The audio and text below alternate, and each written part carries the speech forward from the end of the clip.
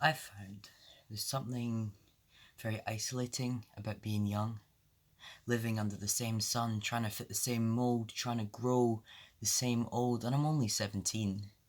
But it feels like I've in essence seen what our lives in session mean for a while my obsession's been just being young, being normal. Learning the youth tongue, sweary and informal, but I could say the word fuck like it's a social solution, but it wouldn't contribute to an ounce more of inclusion because I've had a target on my back since I was 13 that I placed there by myself, not really knowing how it would hurt me. Because when I was a little girl, I knew I really wasn't. I didn't know about the world, I didn't know there was a closet, I didn't know that I lived there, I didn't know I needed help, I didn't have the words to say it, but what I did know was myself. So, when I came out, I thought the hardest part was over.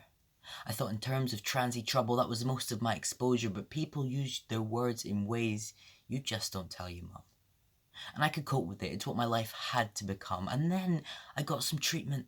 I got some hormone blockers after months and months of waiting and patience, speaking to doctors. I was offered a pause button to allow my body rest. I could stop hating my period and ever-growing chests, but what was meant to be a comfort sometimes felt more like a sickness. Started after Christmas, by May nothing but stiffness and dizziness, hot flushes and happiness and rage, which was often put down to mood swings, being teenage.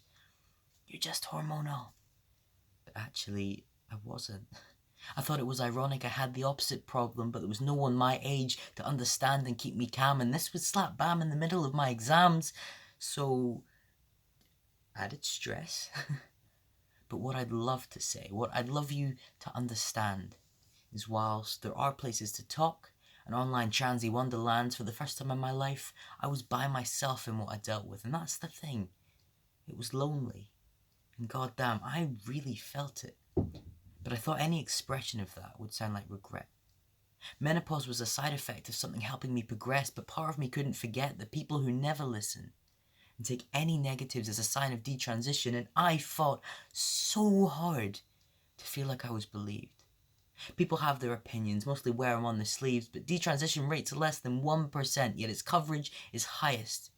So, my fear of skepticism of my identity kept me quiet. Right now, I'm a year on testosterone, and I'm thrilled. I'm through my menopause, and the notion's now instilled that I choose if I am valid. I can talk about bad stuff, and if people take that the wrong way, then they can think that. Fair enough. But I am so sick of people like me being scared and so not sharing, because I did menopause all by myself, and it was wearing, and I'd have killed to feel able to express it at the time, but I just thank God that me and my mother's menopause didn't align.